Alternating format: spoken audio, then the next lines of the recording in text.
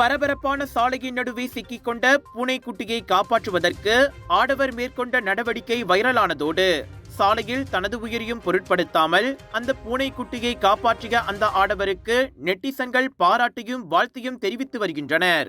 TikTok பயனரால் @நூராயின் ரிட்வான் பதிவேற்றப்பட்ட வீடியோவில் lorry உள்ளிட்ட வாகனங்கள் சில சென்டிமீட்டர் தூரம் வேகமாக சென்றபோது கருப்பு வெள்ளை நிற தக்சீடோ பூனைக்குட்டி சிக்கி தவிப்பதை காட்டுகிறது.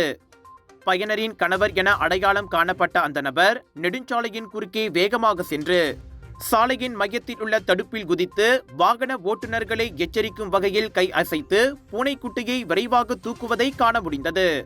அவர்களின் காருக்குள் பூனைக்குட்டி அசைந்தபோது அதன் மூக்கில் ரத்தம் வழிந்தது போல் தெரிந்தது. உனக்கு அடிபடாமல் போனது அதிர்ஷ்டம் என்று பூனைக்குட்டியை தன் கைகளில் தொட்டுக்கொண்டே அதனை காப்பாற்றிய ஆடவர் கூறுகிறார். அது வேறொரு வாகனத்தில் இருந்து விழுந்திருக்க வேண்டும் என்றும் அவர் தெரிவித்தார்.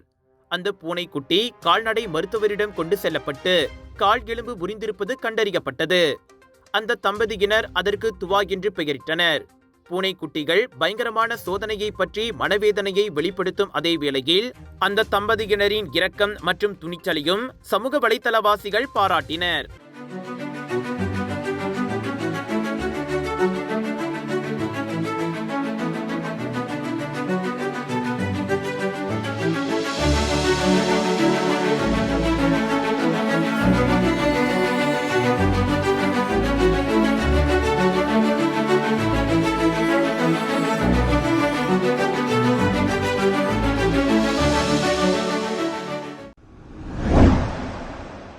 இலங்கையின் சக்தி தொலைக்காட்சியில் த கிரவுன் சீசன் 2 பாடல் திறன் போட்டி பங்கேற்க மலேசியர்களுக்கு அழைப்பு.